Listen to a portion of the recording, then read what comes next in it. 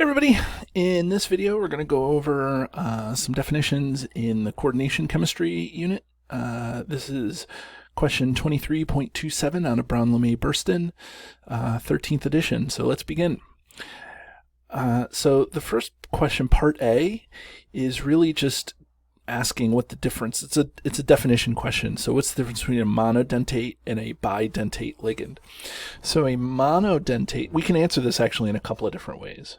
So a monodentate ligand is one, if this is the metal in the center, only has one donor atom.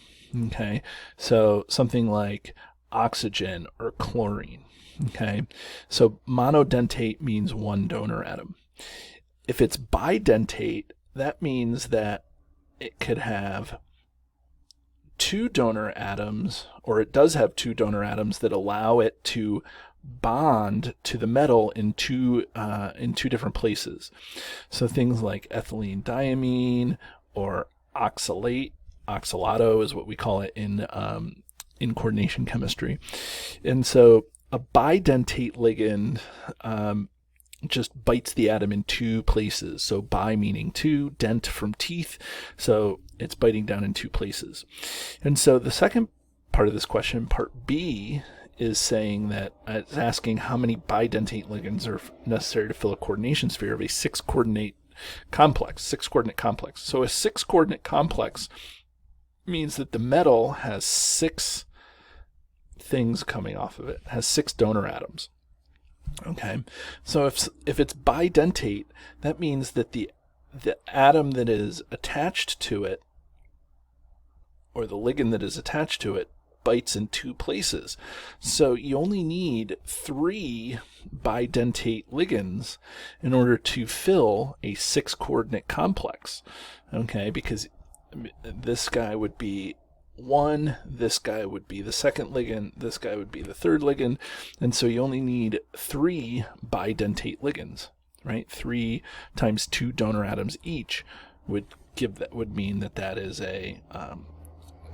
fills the six-coordinate complex.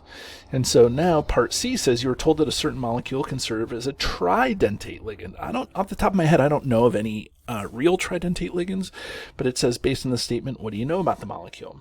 Well, remember that for a ligand to be an actual ligand, it needs to have an unshared pair of electrons. So this is why nitrogen is typically a really good ligand, or a really good donor atom, because nitrogen, when it bonds all around, will still have usually a pair of electrons. Oxygen is also a really good donor atom, because in compounds like water or anything really with oxygen in it, let me get rid of that box. Okay, anything with oxygen in it really has unshared pairs of electrons.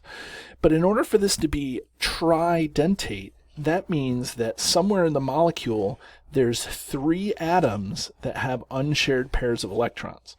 You can't have something like, let's say, chlorine or the chloride ion be tridentate or tetradentate, because the unshared pairs of electrons have to be on different atoms.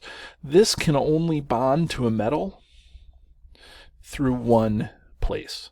Okay, there's no multiple bonds in these sorts of complexes.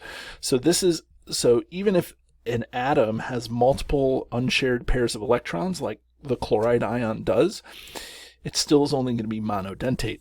So for something to be tridentate, that means that that molecule must have an atom with electrons, and then some stuff, and then another atom with electrons, and then maybe some stuff, and then another atom with electrons. Okay, and so that atom could be nitrogen, it could be an oxygen, whatever it is.